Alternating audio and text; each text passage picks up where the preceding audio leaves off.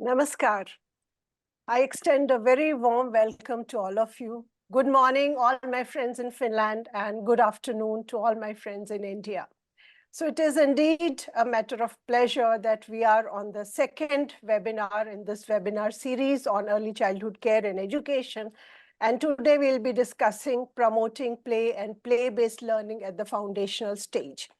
I extend a very warm welcome to our respected director, Professor D.P. Saklani, Director NCERT, Dr. Leena Halttunen, Head of the Department of Education at University of Jyväskylä, Finland.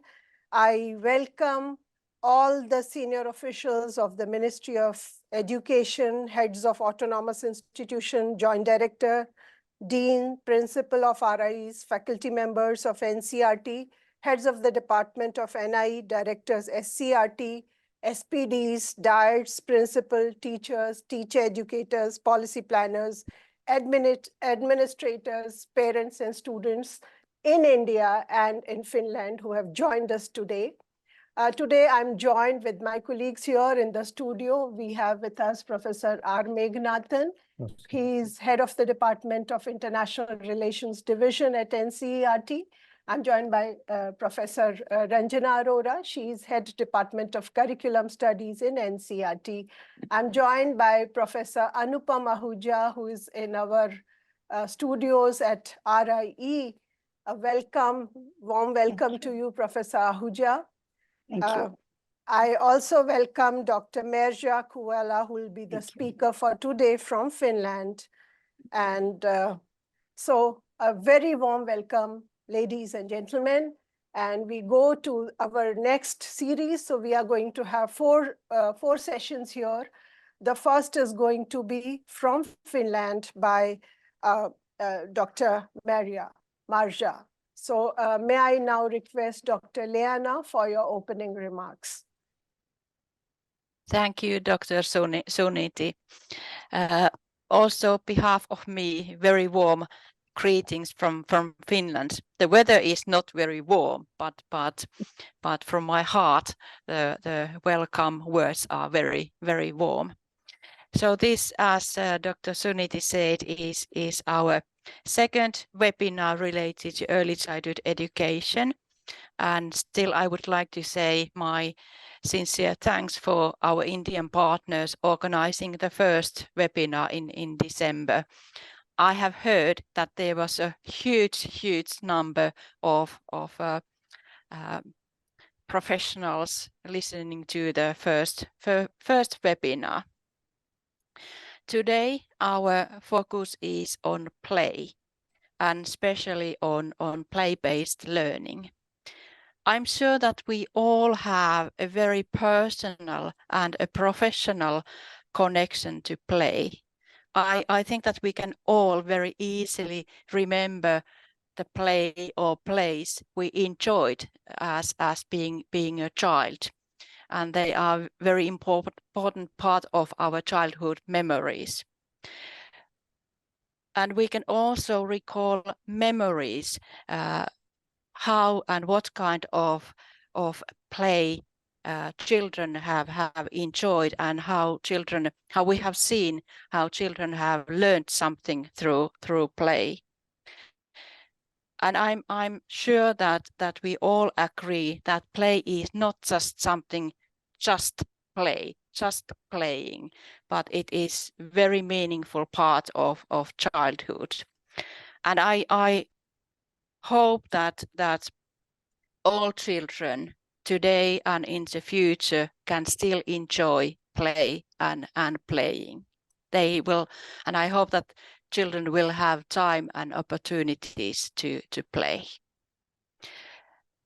And as Dr. Suniti already said, we have today 4 perspectives on play. In our university, and Dr. Merja Koivula is today representing our university and our department. In our university, we have a very long and strong tradition and history on researching play. So I can say that in our university, play has always been seen as a very important part of early childhood education, and it is a very important part of the training we give for our early childhood education teachers. And Dr. Merja Koivula is one of the leading researchers today concerning play. So she will give insights on perspectives on play-based learning in early childhood education. But it is highly interesting to hear you Indian partners, your thoughts and your perspectives on play. We will hear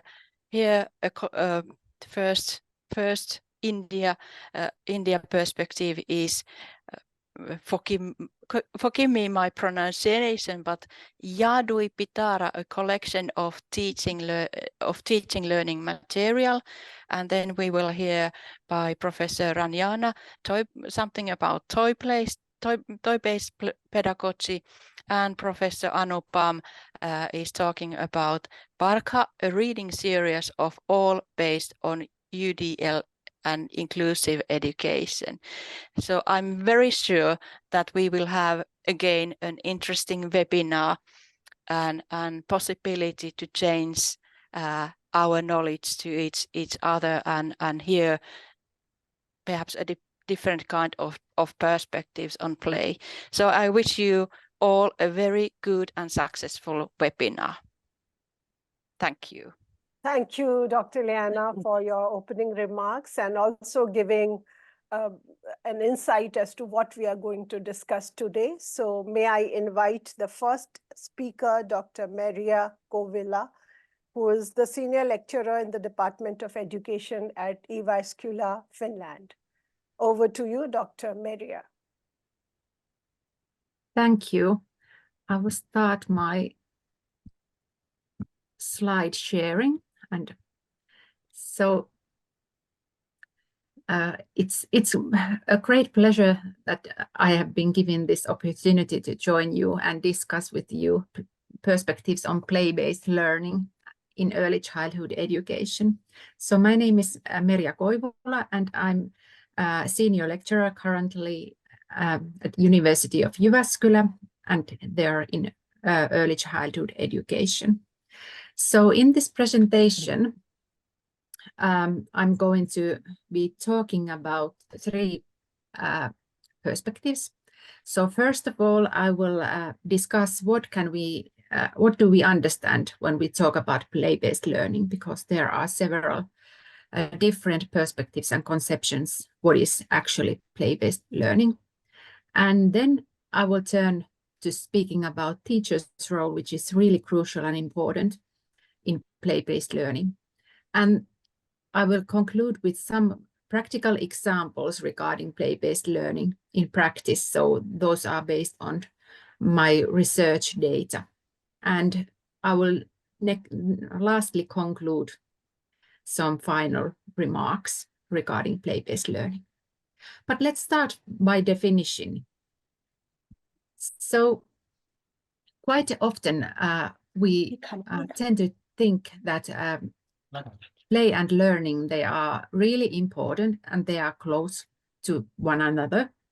So when we discuss what is play-based learning, quite often we understand that it really means that we and children learn during play. But it also includes play pedagogy and assessment by the teacher. And also it can be understood as a stage or phase through which the children prepare for the school. However, an opposite view of play-based learning is that it's something that children themselves initiate. So it's child-initiated and child-led free play without adult intrusion. So kind of these two perspectives. One emphasizes more about the academic side of learning in play, and one about the voluntary and free nature of children's play. However, if we rely on social-cultural perspective, we can see that play and learning are very deeply interconnected with each other. For example, if we lend Lev Vygotsky's ideas. He states that in play, children create kind of the space for learning through creating zone of proximal development, which occurs during play.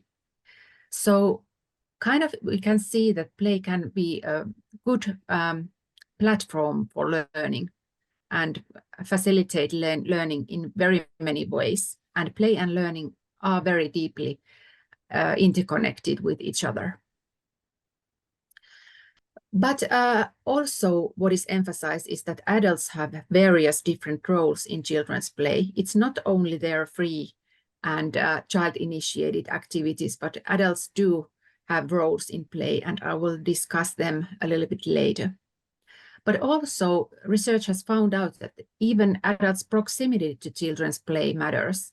So if we talk about very young children when they are playing, the closer the adult is physically to the playing children, the better quality the play has. So if the adult is more far away and distant or pops in and out in the room while children are playing, that kind of affects to the quality of play and kind of disturbs also the play. So adults' proximity in play is very, very important, and the roles that they can adopt in supporting children's play. And then we have the developmental perspectives. So play-based learning essentially promotes children's social, emotional, physical, and academic development in very many ways. And here in the Nordic countries, we emphasize holistic view on learning. So kind of we think and appreciate that play is included in everyday activities in early childhood education and care, and they are kind of seamlessly bound with learning in the daily life of early childhood education pedagogy. Next, I will talk a little bit about two perspectives on play-based learning. And the first one emphasizes the developmental nature of play-based learning. So in this perspective, play is considered important for the holistic development of the child, which includes social emotional development, self-regulation, and the development of self-regulation, and general cognitive development. So kind of the idea is that while we support play, we support and enhance children's development and growth and well-being.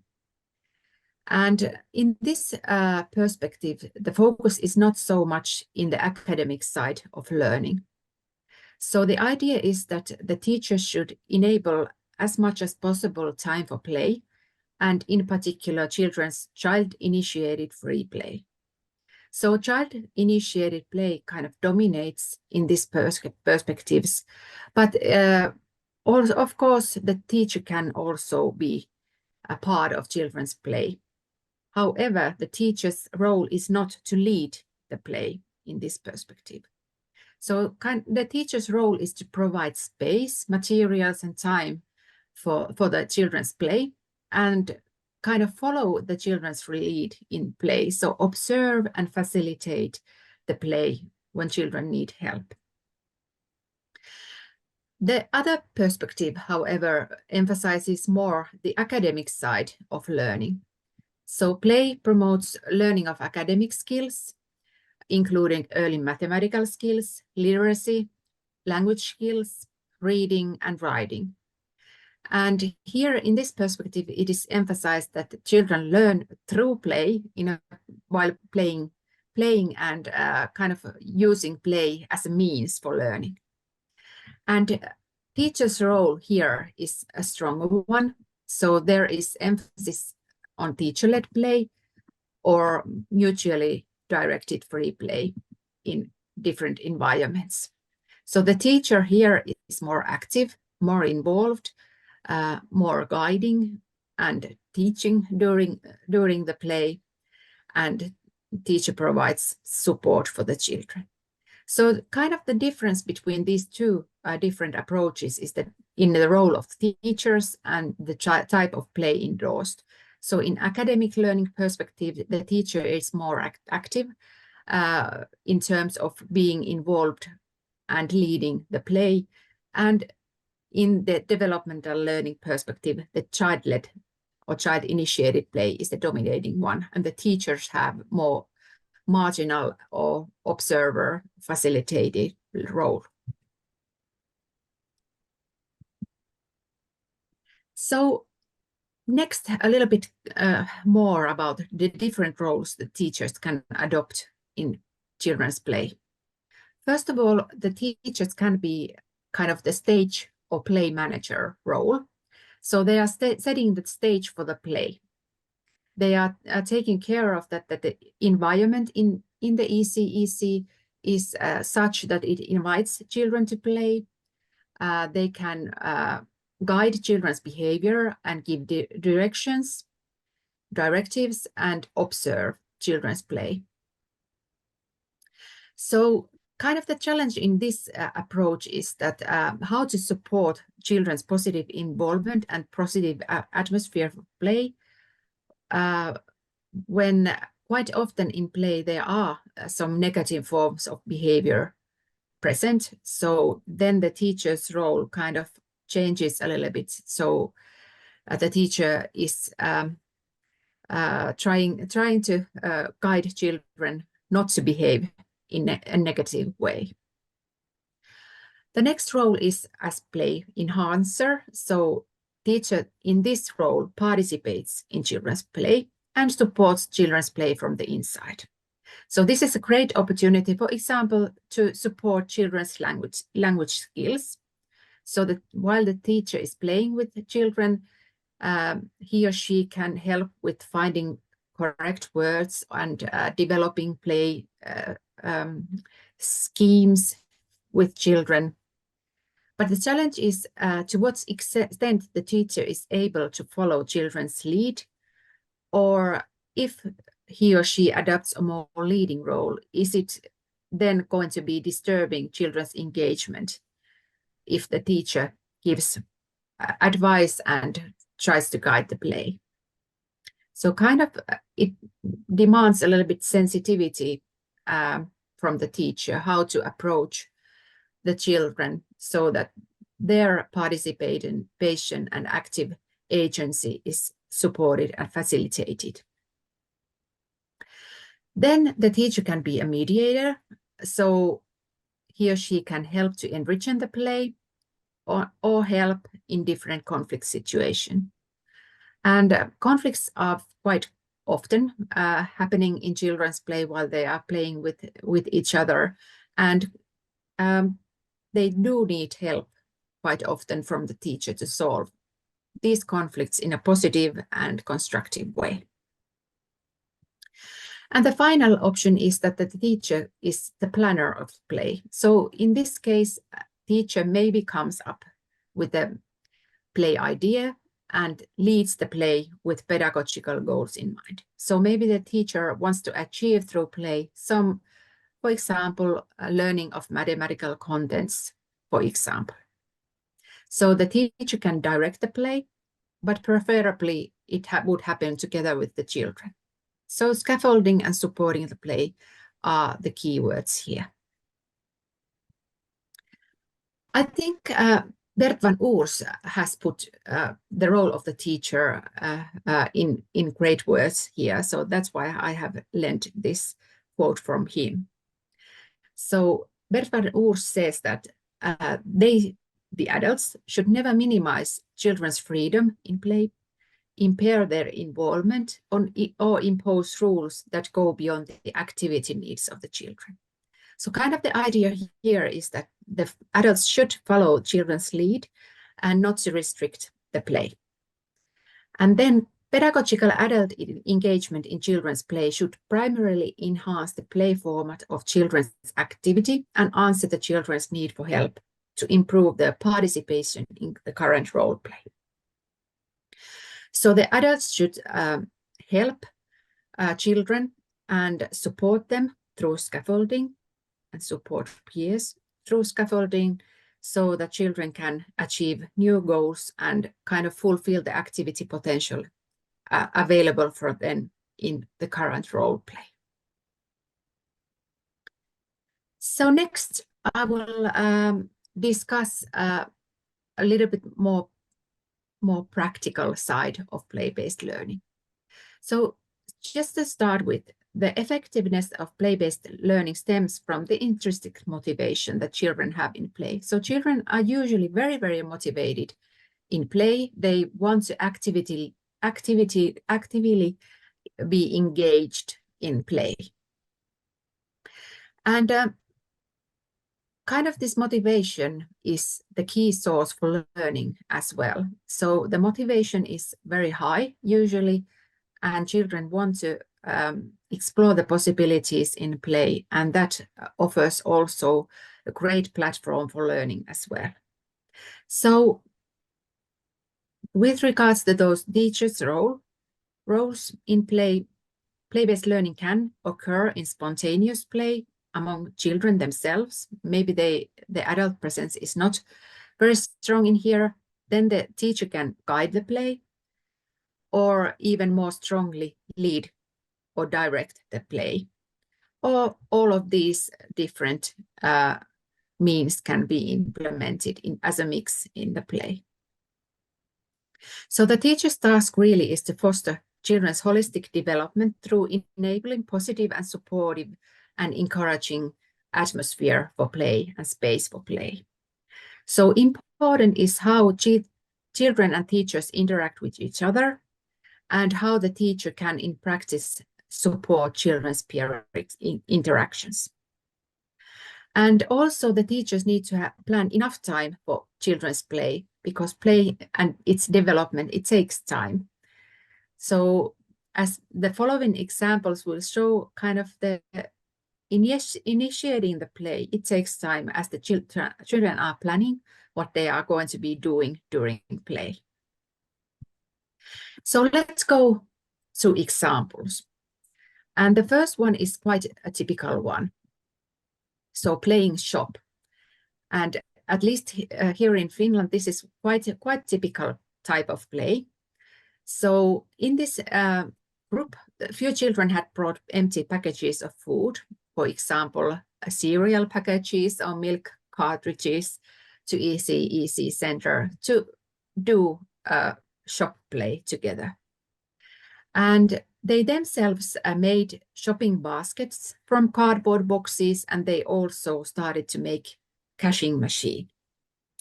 And during play, they discussed what do these items cost. And for example, ice cream costs €5. It's quite expensive for ice cream, but because there are 3 layers of ice cream, maybe that explains the price. And the cakes were €1. So the children said that they have drawn different kinds of food to paper and cut the foods from the paper as well.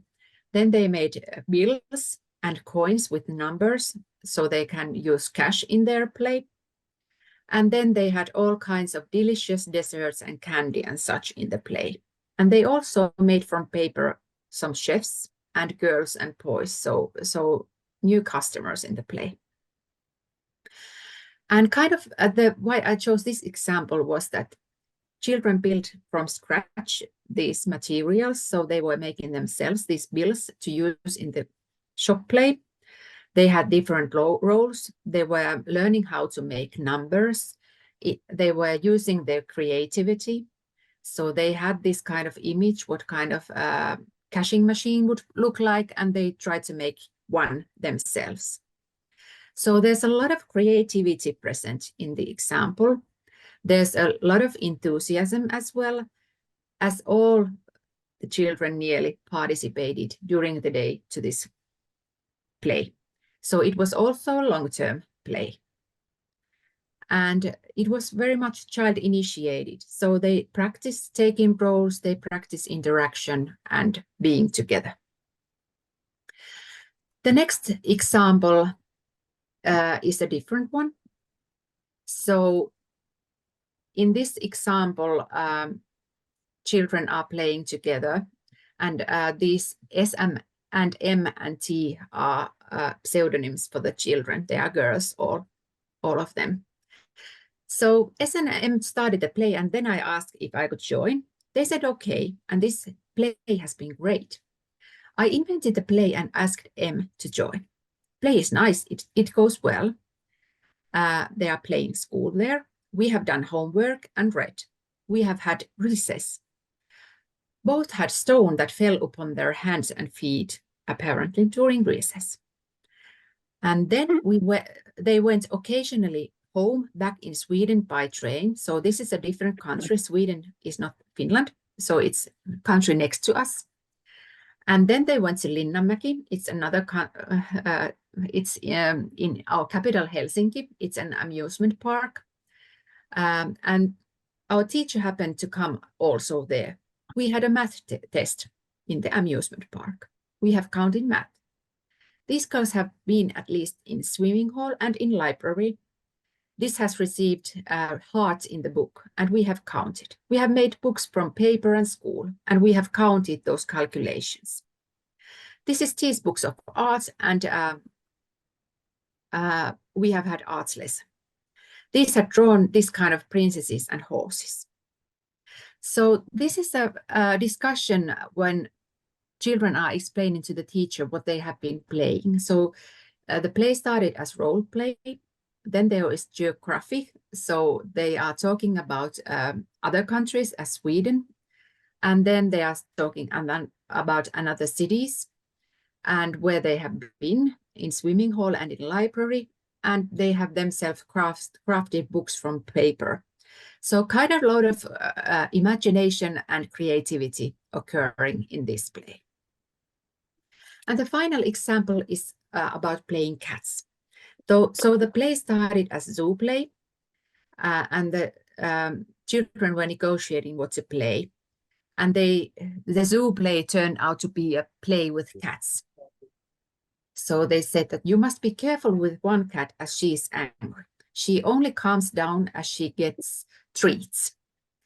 And the cats were walking in the classroom, and occasionally they were a little bit fighting with each other because the girls thought that it's fun to be an angry cat and it's fun to also fight. And in play, one of the girls is a caretaker who tries to get the cats to obey, which they don't. And next, the girls invite teacher to participate in play. And the teacher joins the play, and she makes some suggestions in play, how the play could proceed from inside the play. But she states that sometimes her suggestion was accepted and sometimes rejected. But the teacher found out that the children play better and more calmly as she is part of the play. However, the problem was that one of the players, the caretaker, tended to the other players tended to come and ask the help from the teacher, which disturbed the cat play. But also a problem was that the caretaker was a little bit too dominating role in the play. So a little by little, the children's play started shifting again. So the cats turned to be dogs, and they were trained to learn new tricks and present their skills. However, as the caretaker takes really strong leading role, this starts to restrict the play. And while the teacher tries to guide the play and give space and agency to other players, she fails to do so. And little by little, the play ends and disintegrates because the children's agency is restricted. So some final words. So as these examples show, play offers very rich and versatile learning opportunities in play-based learning. For example, through negotiating, interacting with each other and trying to solve conflicts. Then there is a space for social emotional learning and learning of academic skills, for example, counting and reading and writing. And then play is important for constructing peer relationships, exploration and creation, and using imagination. And teachers' active monitoring in play and kind of sensitively try to guide and offer support in play is very important. And teachers should organize such play environment that it calls children to play together. And when the children face some difficulties, the teachers should offer their help. But most importantly, the teachers and children, they should play and learn together. That's the most important part. Then lastly, here are some of the references that I used in this presentation. And I think now my time is up, so I will give floor to the next presenter. Thank you everyone for listening. Thank you, Merja. Indeed, a very interesting presentation where you highlighted that the role of teachers is not just, let children play, but also as a manager, an enhancer, mediator, planner. And of course, through examples, you told us that how, play and learning goes together. So children did a lot of playing shop, playing school, and then playing cat, a lot of things where they learn geometry, numeracy, and of course, creativity, imagination, and they learned so much through play. So thank you so much for a very interesting session. And with that, we go on to the next session, wherein I'm going to tell you about the Jaadui Pitara, the initiative that Government of India and NCERT has taken to start the, in the foundational years to start with all the learning teaching materials are given so that play-based learning is promoted. So may I now request to play this slide on Jaadui Pitara, please? Okay, so just a little bit on how children learn. We just heard the previous speaker say that children learn through play.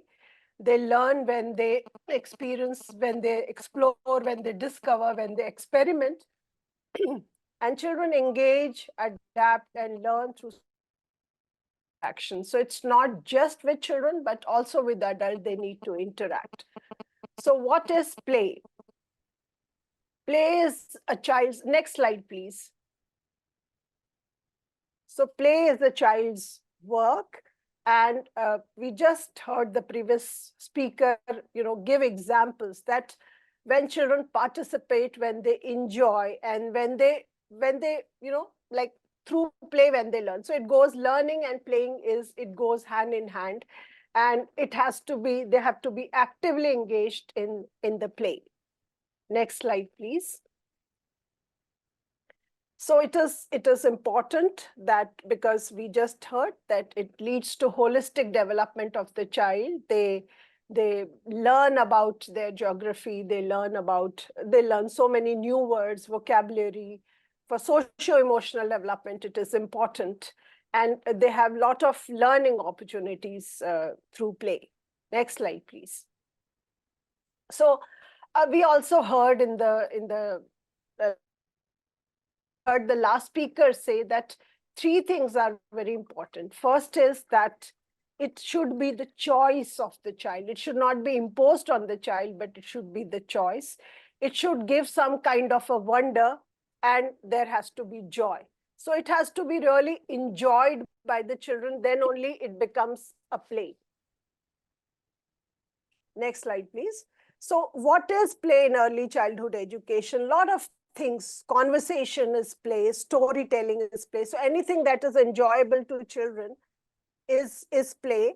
Music and movement, art and craft, songs and rhymes, indoor and outdoor games, just spending time with nature, just observing things, field trips, organizing learning spaces. All of this is play.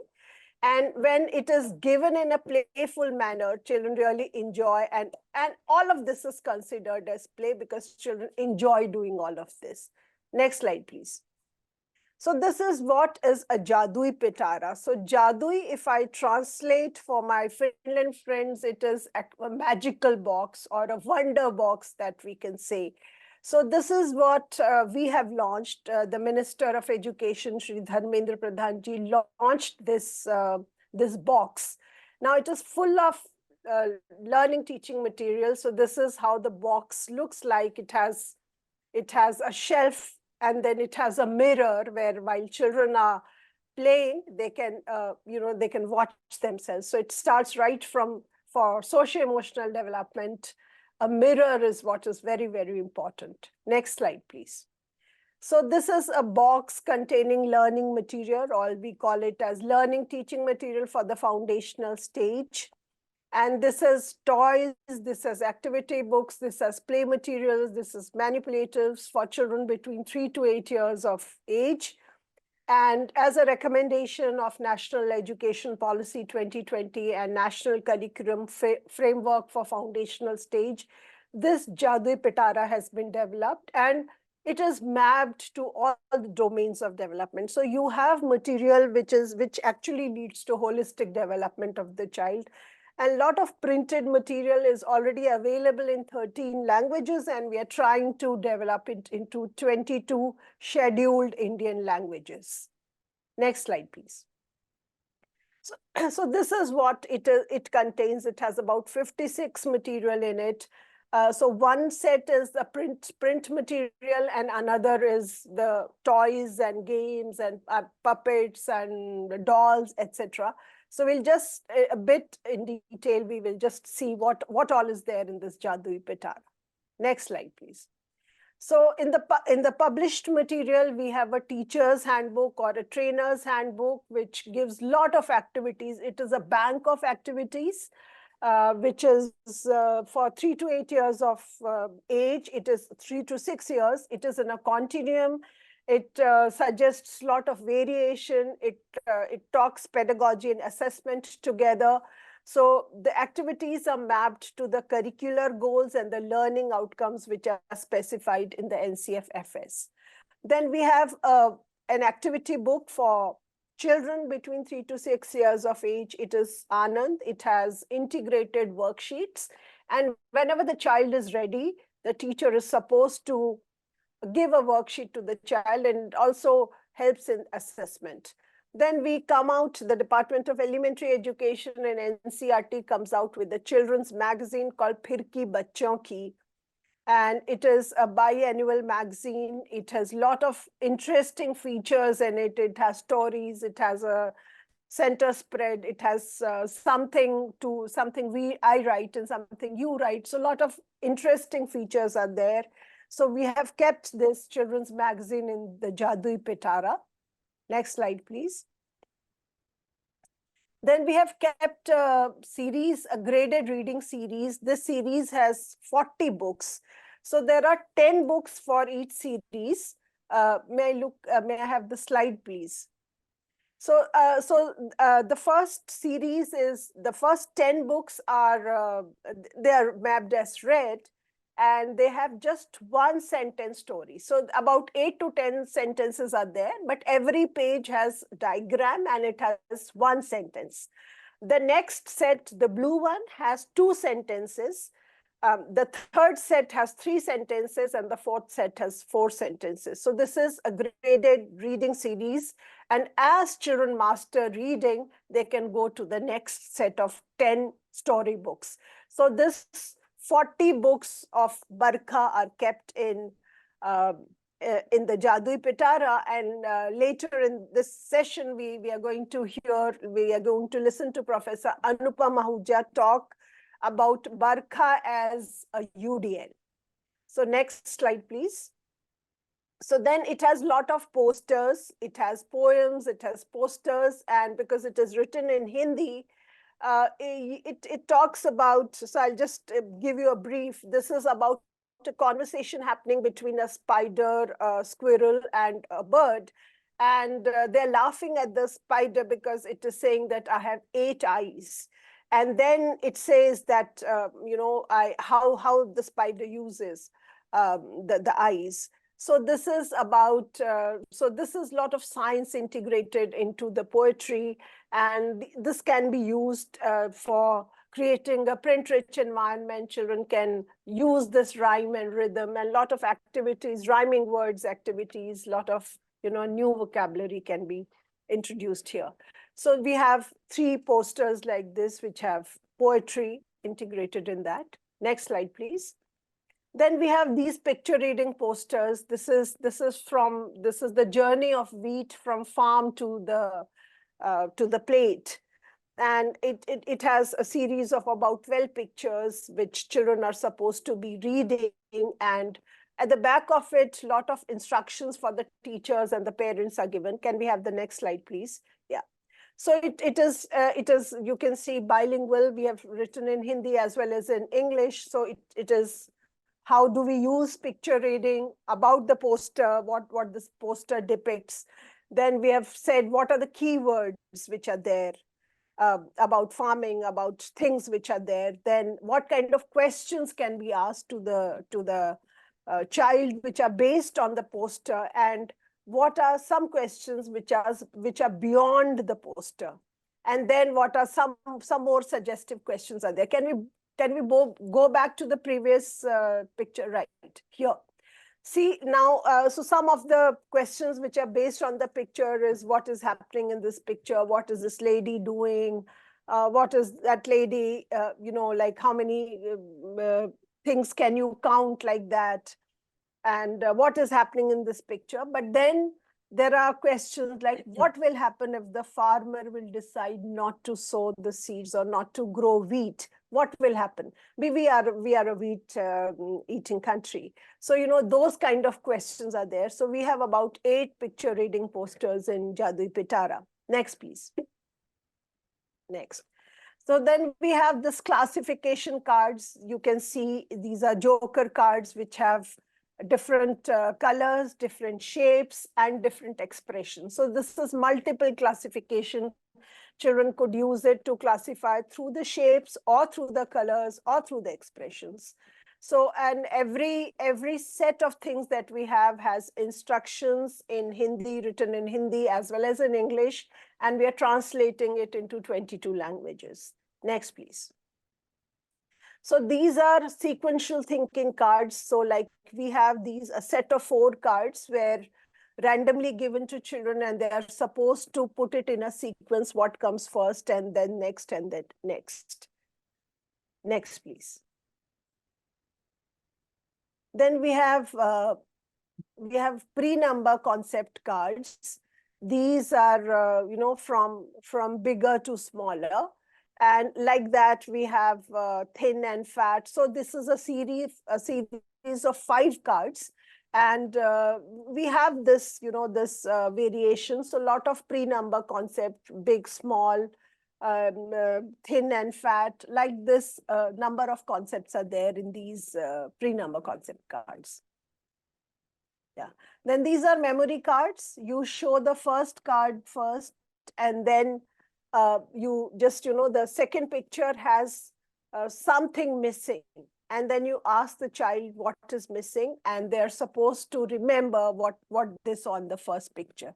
So this is how these memory cards are there in the Jaadui Pitara. Next.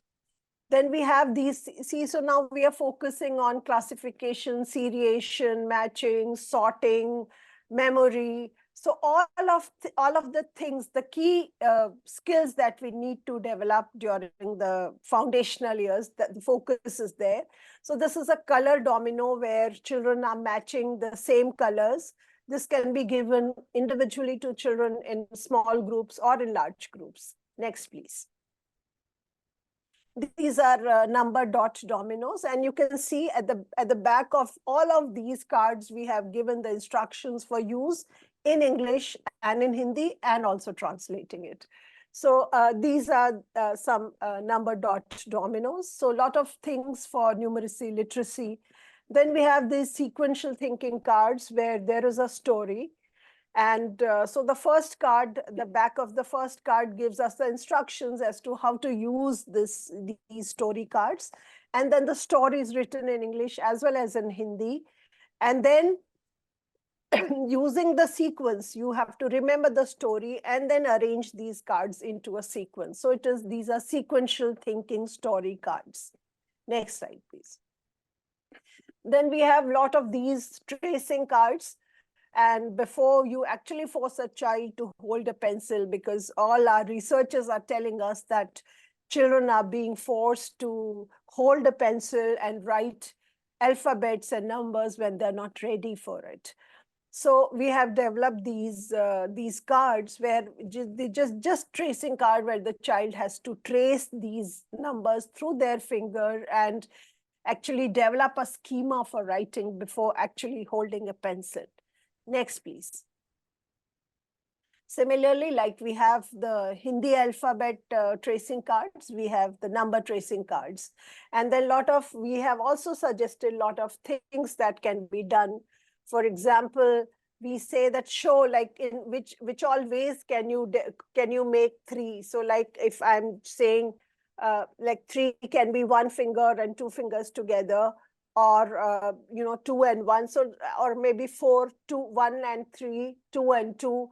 So a lot of variations are also suggested in these cards.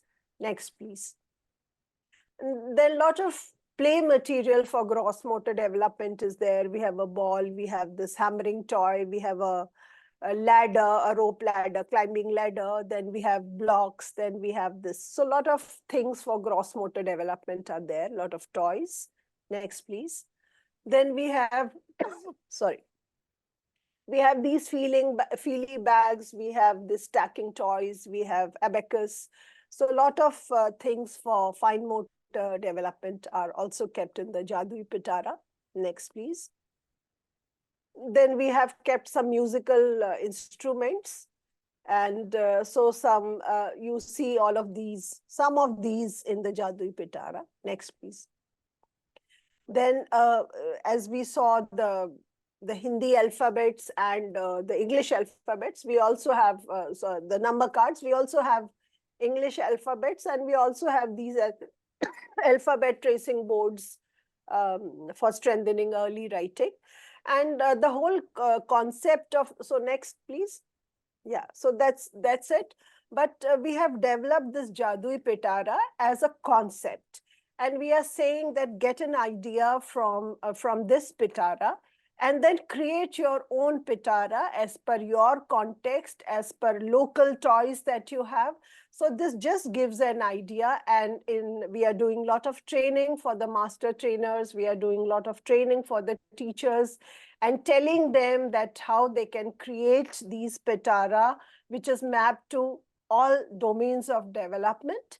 And children can enjoy playing, because many times, as I said, our researchers are telling us that a lot of things which should happen in grade 3 and 4 are percolated down to preschool years, and children are forced to write numbers and write alphabets pages after pages.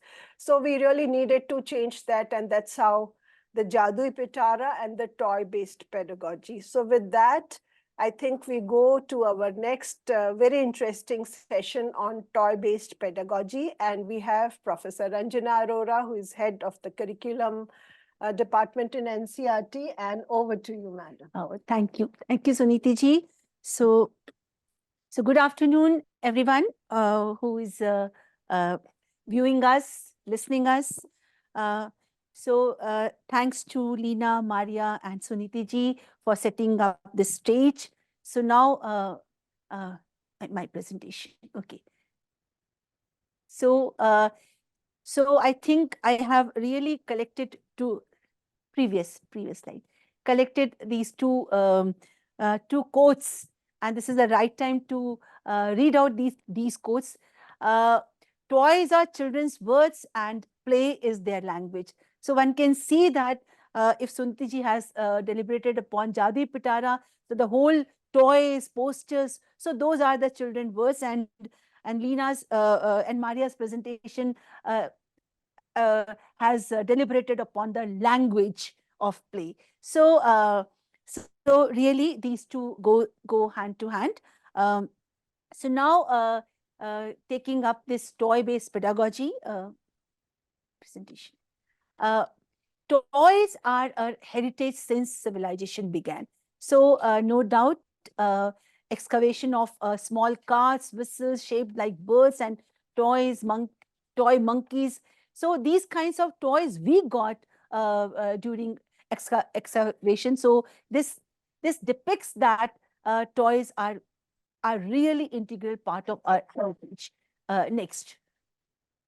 So I have just given some quotes from some literature, like as per Burzor Avari 2016, figurines and children's toys are perhaps the most reliable evidence of the sophistication of this Indus Valley society. So we are talking about Indus Valley civilization. So in India, in Indian civilization, one can see that whether it is terracotta toys, which we found in our excavation, or it is children's toys, some kind of made up of clay. These all are depicting our own civilization thing. And Mohenjo-daro excavator is writing that evidently the people of Harappa period, like the Indians of today, paid attention to the enjoyment of the younger population, and though the children of the ancient Indus Valley often amused themselves by making their own simple toys in clay. So one can see that today, whatever we are promoting, toy-based pedagogy, or we are integrating toys in our education, these things were there in our civilization also. Next. So, however, there are we have anxiety. We are really anxious that some of our toys and games that we have inherited are on the verge of extinction because we are not using it in our education or in our families. So, and this is a matter of worry for all of us. Next. So these are also some of the games I have taken from literature, and of course I have also taken from some papers also. Those are talking about that these things are now slowly getting extinct. Next. So Kathputli, like Suniti ji also told that puppets are there in Jaadui Pitara. Actually, puppets are really a medium of storytelling for children with in interesting way, and so colorful puppets always attract children, and children take interest. And while taking interest in these kinds of things, viewing things, they of course learn in between from these things. So now puppets are also slowly not being used much in our system. So that is also a matter of worry for all of us. Next. And in India, one can see that different kinds of, though the puppet is a common thing, but puppetry, different kinds of puppetry are there, and different kinds of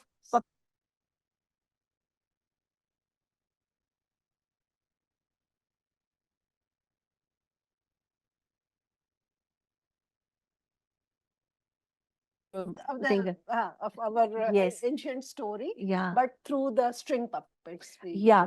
So yes, puppets are really medium of storytelling, and yes, some of our teachers in some of our schools are using this kind of art for making teaching learning process very interesting. But of course, this need to be done by majority of teachers in across the country, not request across the world that they can take this art there and make children learning really joyful.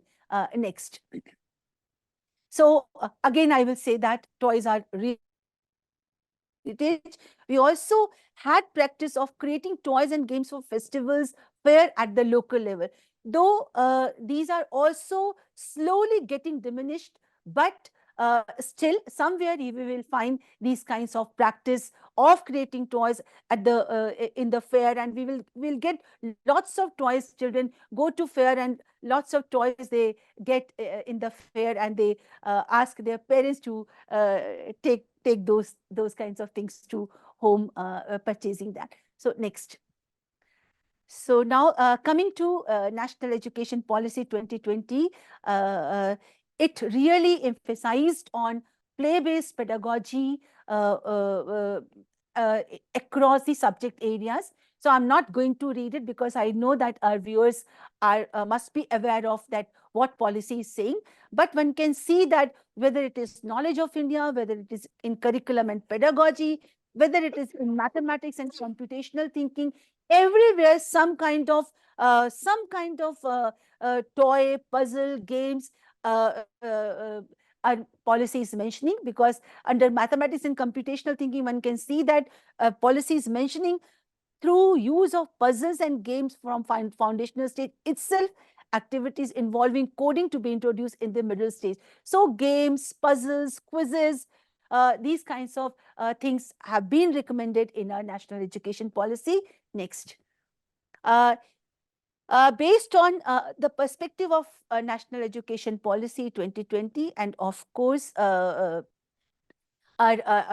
of discussion and of course, media reports, we developed toy-based pedagogy handbook. And this toy-based pedagogy handbook is finding place in National Curriculum Framework for school education, as well as a National Curriculum Framework for the foundational stage, as Suniti ji has already mentioned. So in India, we are trying to integrate toy-based pedagogy in the curriculum. Next. And one can see that how we translate the policy vision into the classroom, and of course the capacity building of teachers. So one can see from this this slide. So National Education Policy is giving roadmap to the curriculum framework, and curriculum framework is giving roadmap to institutions like NCERT, so that we have developed Jaadui, Pitara kind of things, and also for other classes also we are doing the similar kind of things. And now this capacity building will happen, and of course some capacity building programs we have already conducted on Jaadui, Pitara, and we are really waiting for transformation at the school level, because integrating these kinds of things, we will find our children will start taking interest in learning joyfully. Next. So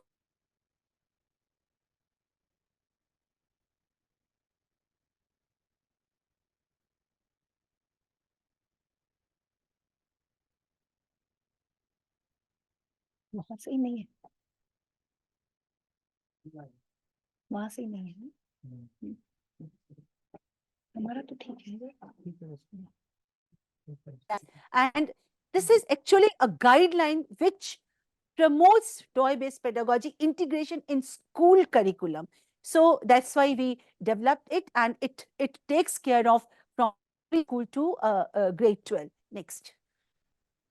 So I'm not going to deliberate upon play-based learning, but of course we can see that toy and games become the medium of observation, movement, relationship, interconnection, encountering and solving real problems, and toys often mirror the content. It's very important to know that it is not like that we should have some standardized kinds of toys in our classroom, but we need to contextualize. We need to see that if at local level some toys are available, so those toys really mirror the kind of culture children first need to know local, and then they need to go to global. So this is the perspective of National Education Policy, as well as what we are saying in toy-based pedagogy and National Curriculum Framework, and one can see that, and you and we and I, and we also had the experience that we used to talk to toys when we were playing with toys. So whether it is a toy doll, whether it is toy monkey, so we used to express our emotions to toys. So toys are really medium of expressing social, emotional feelings. So next. And this is really a healthy process if we do that. Next. Next, yeah. So actually toys, teachers need to understand and identify toys which address needs of all children, including children with special needs. So there are toys available, as Suniti ji also told that, like cause and effect toys. These toys really work as stimuli cause to generate response effect from children. So one can see that there are toys like light up toys, pop-up toys. So whenever child press the button, that there will be a pop-up kind of thing, and child will enjoy and thinks that his action has some kind of reaction. So those kinds of toys are very, very useful for children who are children with autism, or who have visual motor and grasping skill problem. Next. So likewise, we can use lots of puzzles. Puzzles are really very, very beneficial for children, because these give really developmental benefits. As if children have fine motor delay, these puzzles are really very, very helpful for them. We also have toys like oral motor stimulators toy. So because sometimes children who have some kind of oral motor difficulty, they really crave for chewing. So there are those kinds of toys available, and found at the foundational stage, we can use those kinds of toys. Next.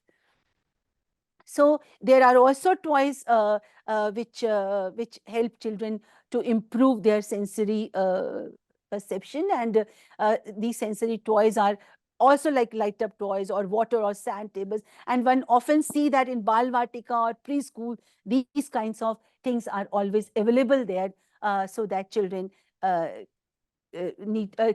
develop their sensory things. Next. So how we have integrated toy-based pedagogy in curriculum? First of all, we have identified some concepts which children need to learn, and then according to those concepts and skills, we have listed grade appropriate indigenous toys, and then we have also mapped those kind of concepts with skills and competencies. So these kinds of columnar presentation or tabular presentation are there, and this will be really very, very helpful for curriculum developers, that how can they integrate those kinds of things in their syllabus, textbooks. Next. So one of the example, one or two examples I have given here, like suppose if we want to make children learn about boats or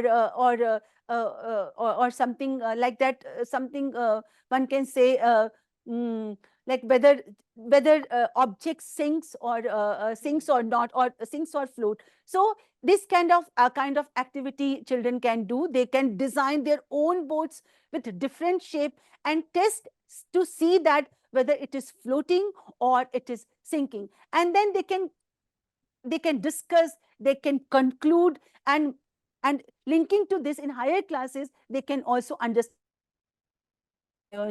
through this. So so this is some of the examples I have given here. Even this shadow, to understand this shadow thing, the concept of shadow, also we have lots of toys children can do through flashlights and see that how can this shadow form.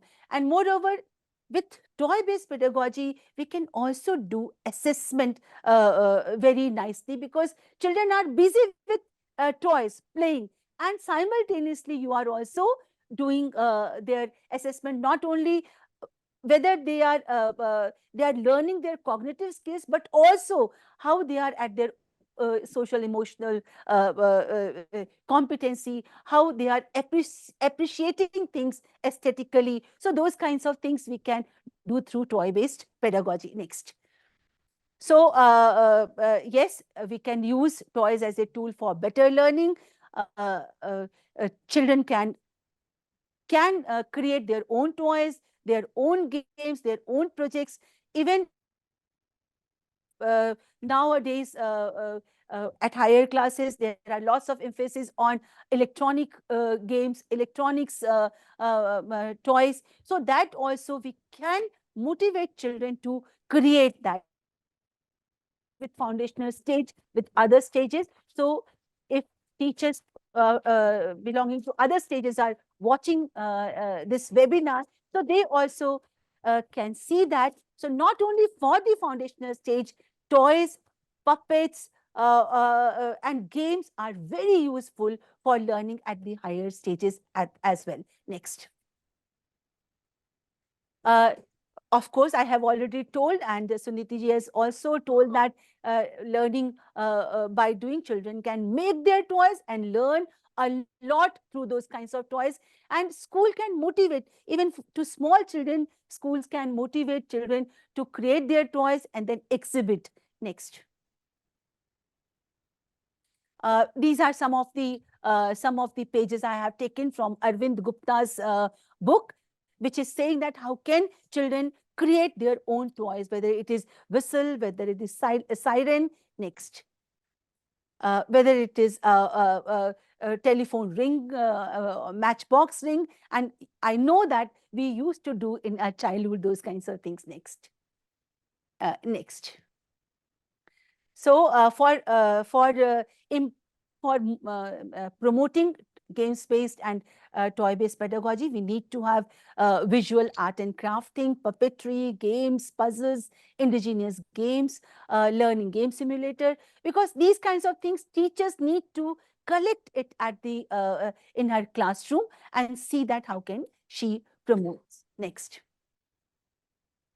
So these are some of the areas of for toy making, because I know now we have lots of emphasis on in Atmanirbhar Bharat, independent Atmanirbhar Bharat, like we need to create things at our own level. So that's why there are lots of areas in which children at the school stage can start thinking of creating toys. Next.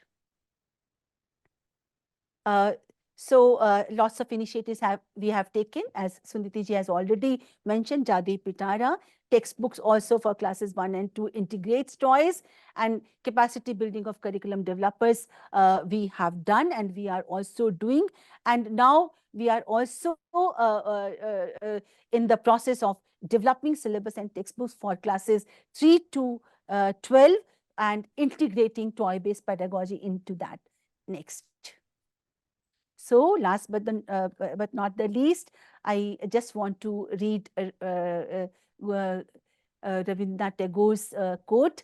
When I bring to you colored toys, my child, I understand why there is such a play of colors on clouds, on water, and why flowers are painted in tints when I give colored toys to you, my child. So one can see that the whole nature play with children, and that the toys. Thank you.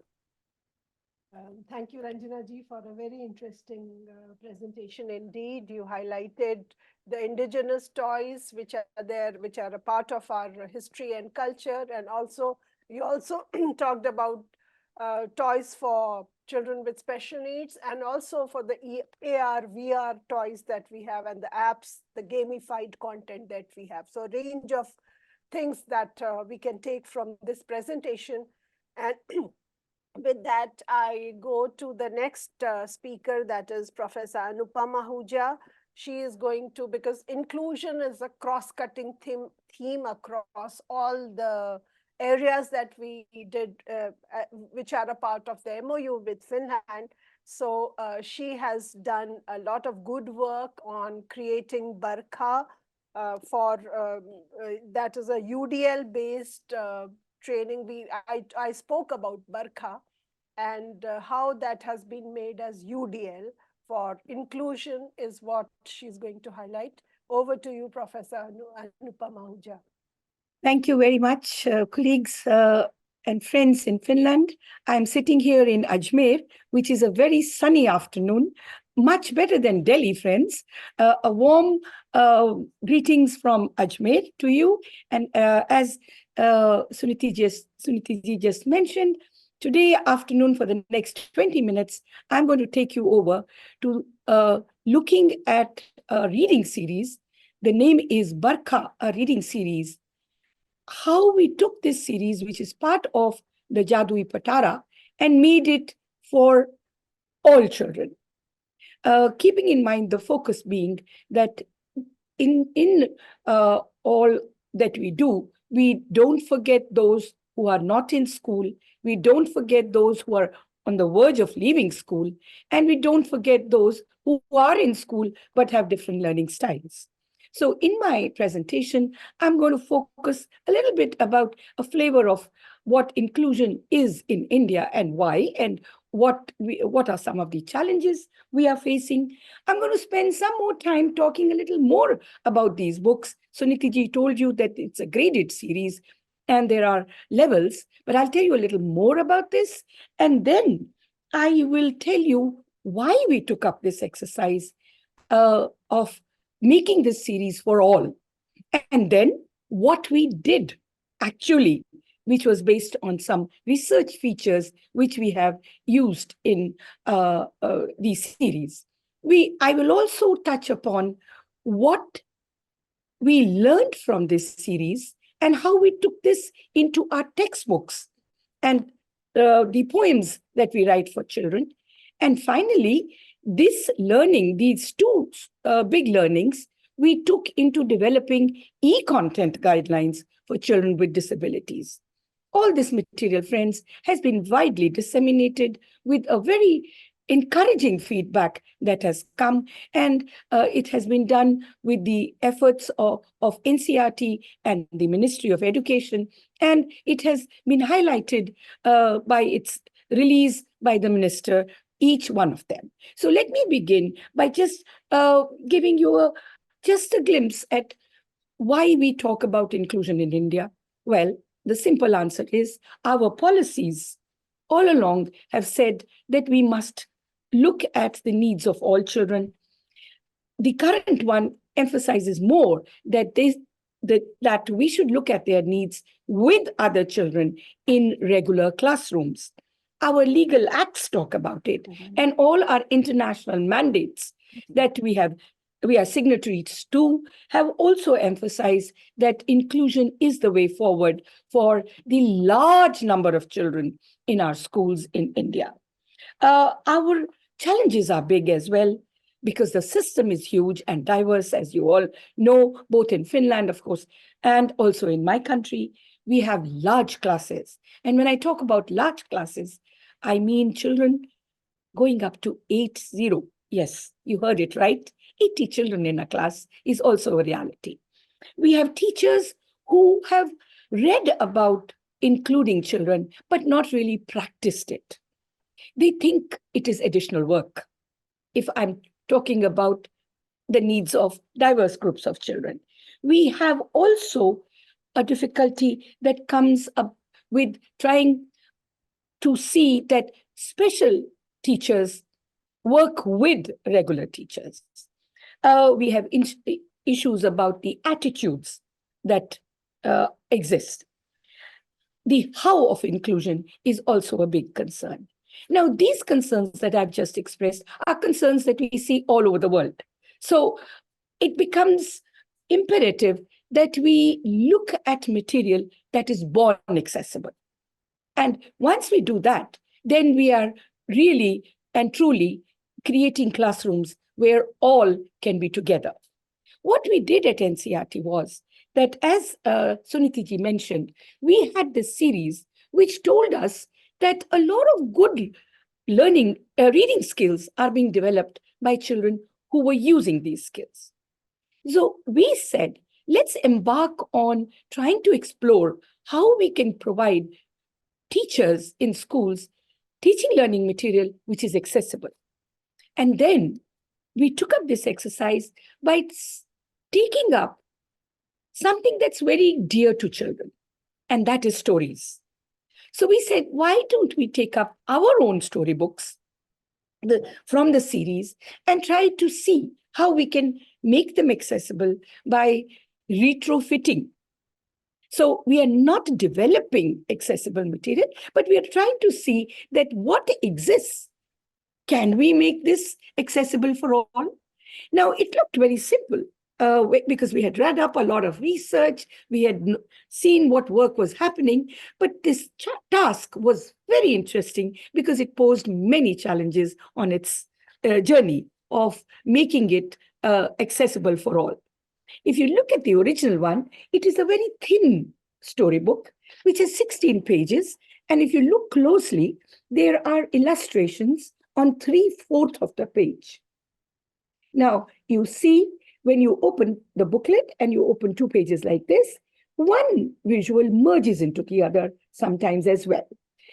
The series is built across children's own life experiences, things that they enjoy doing, whether it's kicking a stone and reaching some destination, or whether it is picking up a mango seed and converting it into a whistle. Now, picking up a mango seed and making it into a whistle is a story, is an incident, is an experience that's talked about in one booklet, for example, or one story book. So these are stories that are woven in the child's immediate environment and context. The characters are of the age of which the children are readers, so they immediately identify with them. The illustrations, research told us that they proved to be very useful for kindling the interest in the text because they were related to the text. And children also, early readers, just flipped through the pages and looked at the illustrations and made sense, which we also see is a common thing children do. So with this background about what the scenario is, very briefly, about inclusion and what this series is all about, let me take you to what we did and why and how. What we really did was we converted this book into a printed text, which looks more like this now. We also converted these books into digital format because, as we just heard, Suniti, when she introduced, she said we followed the UDL principles and we followed the principles of inclusion. Now, why did we take up these books and why did we adapt them? One simple answer that I will give you, the logic we worked was, we wanted young children during their foundational years to develop the right attitudes towards inclusion. And I will explain how this happened very naturally. We also wanted that children should not look at those who learn differently with a sense of pity or teasing them. In other words, we wanted to do away with any discrimination that emerges in the minds of children. You are a good reader, you are a bad reader. A teacher who looks at children in the classroom and says, okay, you can go to the 4th level because you are a good reader. So we wanted to make them accessible. We wanted to create non-threatening environments. We wanted non-discrimination. We wanted that children should appreciate diversity. And we wanted to bring about proper attitudes at the right age. We also wanted to continue to see that stories build good camaraderie amongst children.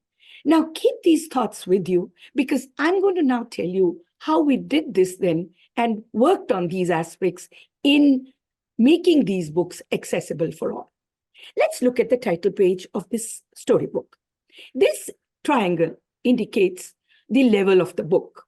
The red one, as was mentioned in the earlier part of the webinar, is a single liner. It's grade 1.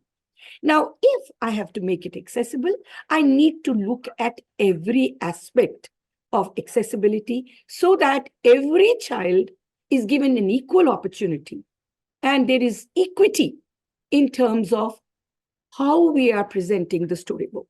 So we went and added a dimension of tactile feel to the triangle. So we began with the triangle. There are 4 levels.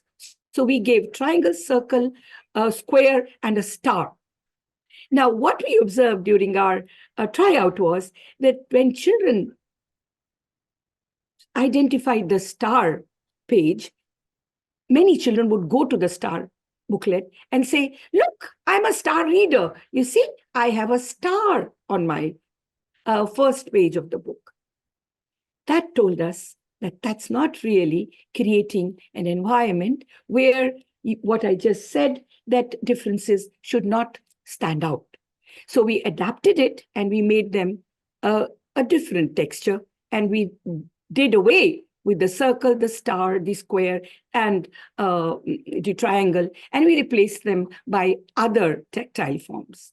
So the first page helps you identify the title of the book and the level by the Braille texture that is given here, the title given in Braille here, and the texture given on the key features, key characters of the story. Let me go on and go further in and show you what else we have done. Let's look at this page in the book. Now you see that there is a boy. This story is talking about how children are enjoying a game of hide and seek. So this boy is saying that his name is Jeet. The text says, today it was Jeet's turn to go and look for other children. Now on this page, what we did was we highlighted the color of Jeet and we dulled the background. This feature itself helped many children who had difficulties in concentrating notice Jeet easily. We provided texture on his peculiar headgear, which some religious groups wear, the young children wear, which is called a patka, and we gave texture just to the patka.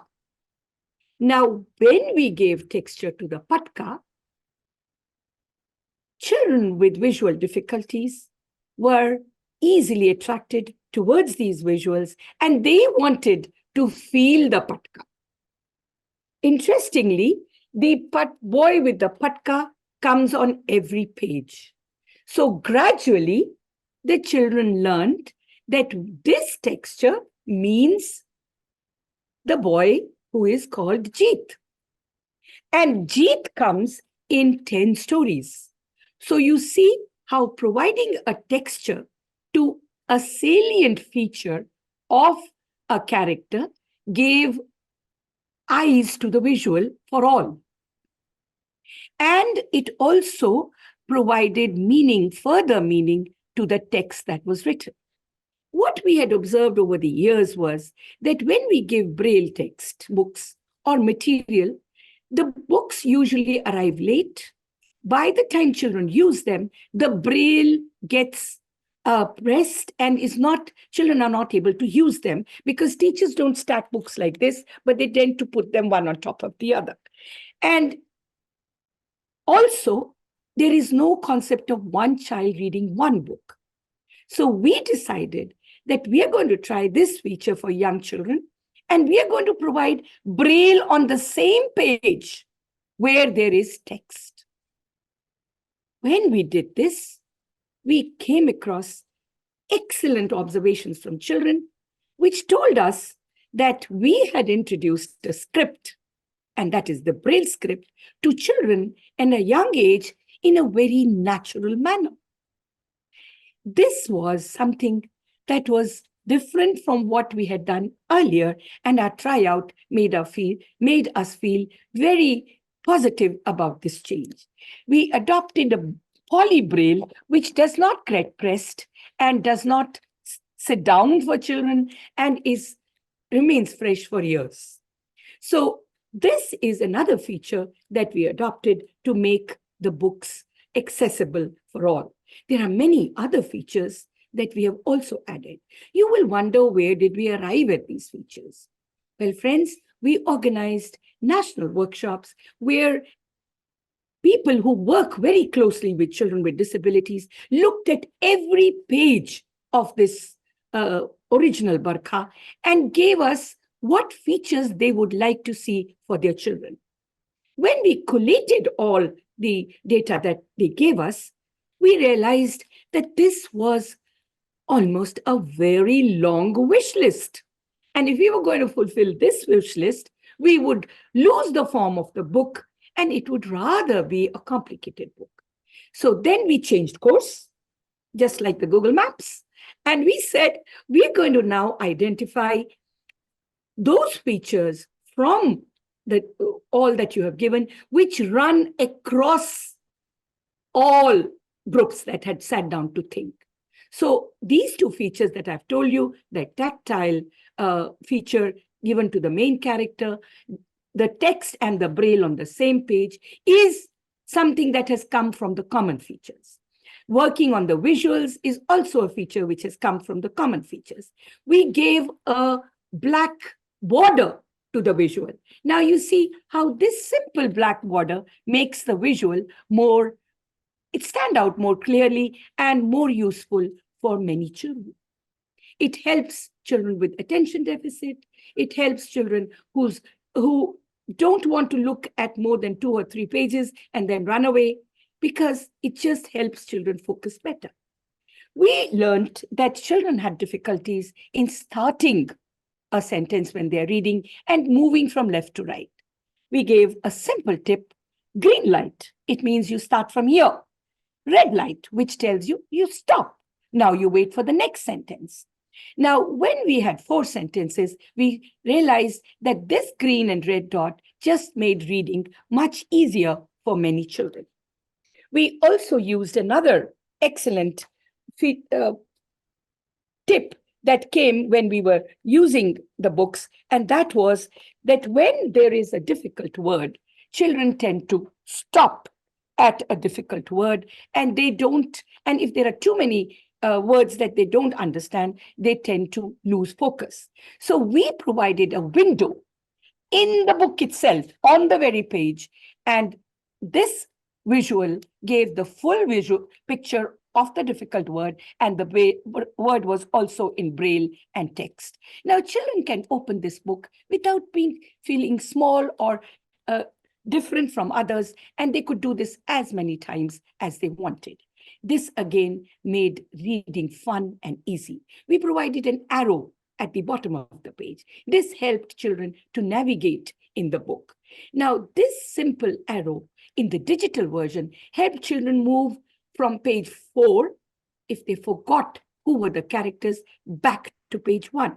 They could go up to page 12 and then again come back to page 1 without being noticed that they are doing this. And this encouraged them to read and enjoy one book after the other. Now, these are very heartening features that we noticed children enjoying in the books. If you notice, we have used a Viro binding here, not like the stapled small book that we had earlier. Now, this allows the book to fall flat, and you can read braille easily when you have this binding. We also graded the pages. If you see, they are pages like this.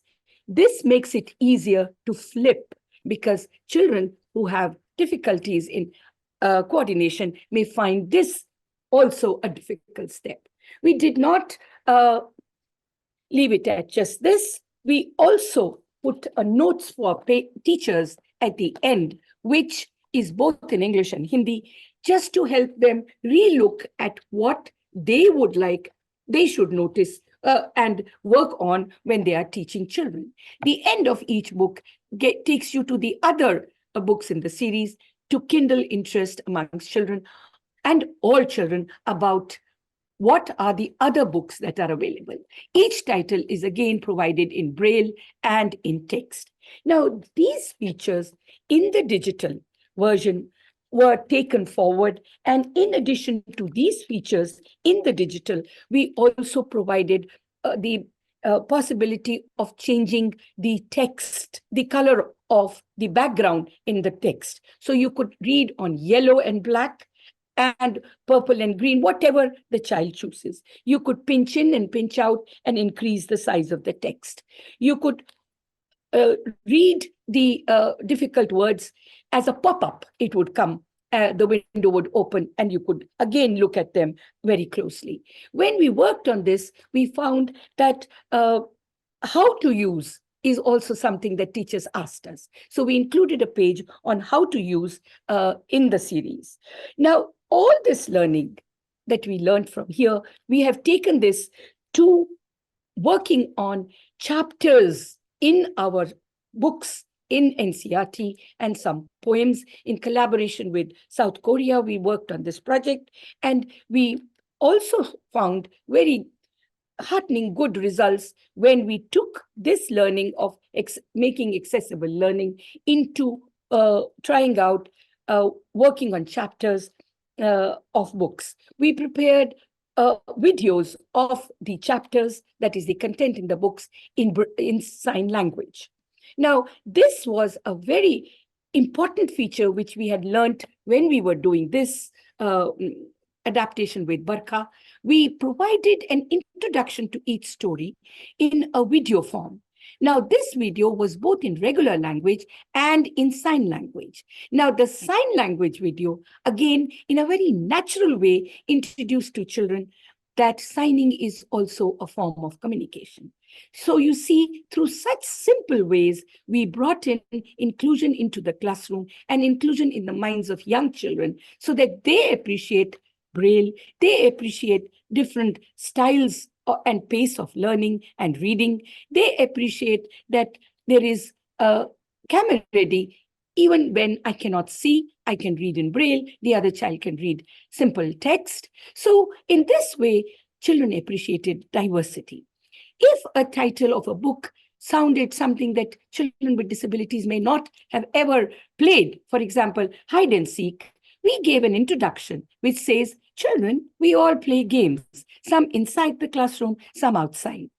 Today, let us see what Jeet and Bubbly are playing and with whom.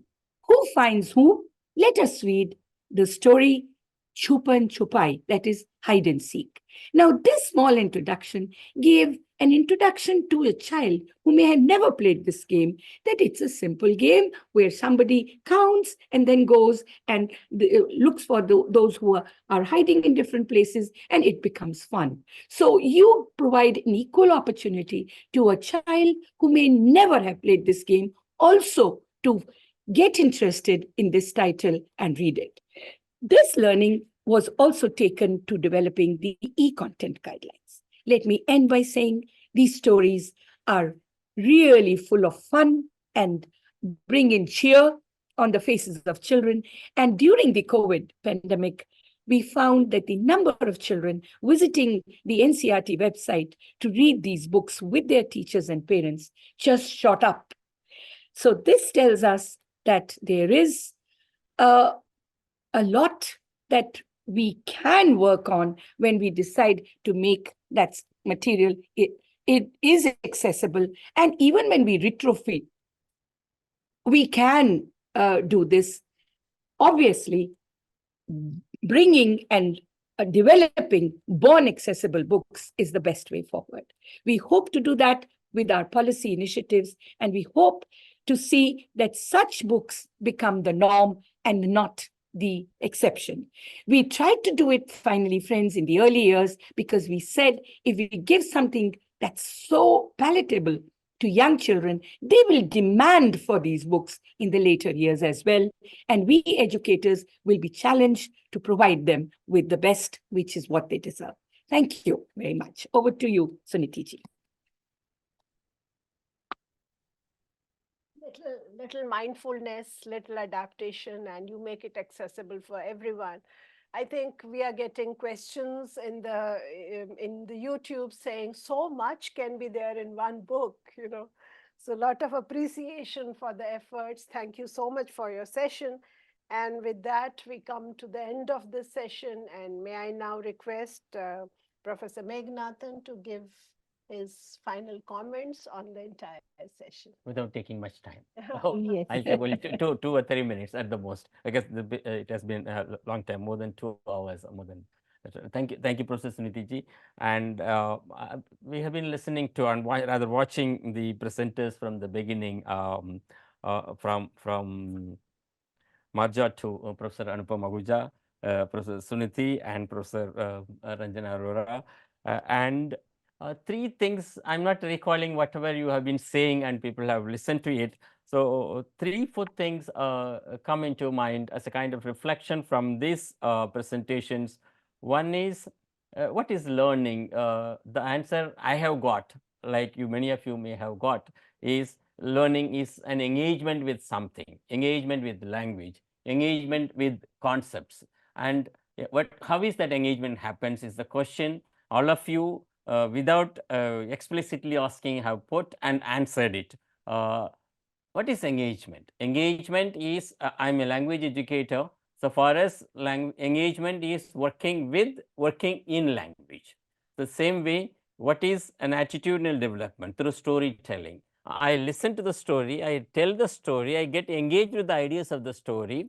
So I work with the things mentally, physically. That's what the toy-based pedagogy and play-based pedagogy advocate, call for, and actually implement in the classroom, whether it is national education policy or the national curriculum framework foundational stage, as well as school education in India, in this country, and the understanding in the other side, Finland.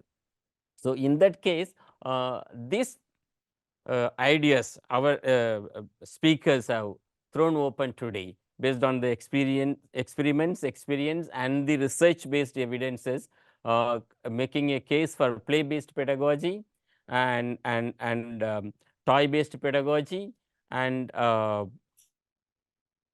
Jaadui Pitara in India, the magical box or the wonder box, with a lot of activities, multilingual activities, and what's that? I like that Joker thing. Yeah, because children would like it. Then, and at last, Professor Anupam Ahuja's that how inclusive can be in many ways, many folded, many dimensions. That would really made the people who participated to understand and reflect on how this can be taken forward. So, so the engagement with, working in the ideas, in the language, through various means which our speakers have advocated, pointed out, would be useful. I feel so, and probably you are thanking, or let me thank. Okay, you are thanking. So let's thank the Department of Elementary Education from my side, International Relations Division, NCERT. We also thank the, of course, people from Finland side. Thank you very much. Thank you, Professor Megnathan. So Tia, is Merja, Dr. Merja still with us or no? Unfortunately, Dr. Merja had to leave for another commitment. Yeah, okay. Thank you so much. So that takes us to the end of this webinar. So I thank Dr. Leena, Dr. Merja, Professor Ranjana Arora, Professor Anupam Ahuja, and Professor Megnathan for the interesting sessions they had. And of we course, also thank you, Suniti ji. Thank you. Thank you. So we meet again for a very interesting webinar, the last in the series, that is going to be on STEAM education. And we hear all from Finland friends as to how they are taking it forward for learning, for numeracy, for literacy, and for everything else. So, so we look forward to the next webinar, which is going to be on STEAM education. So thank you so much. Namaskar.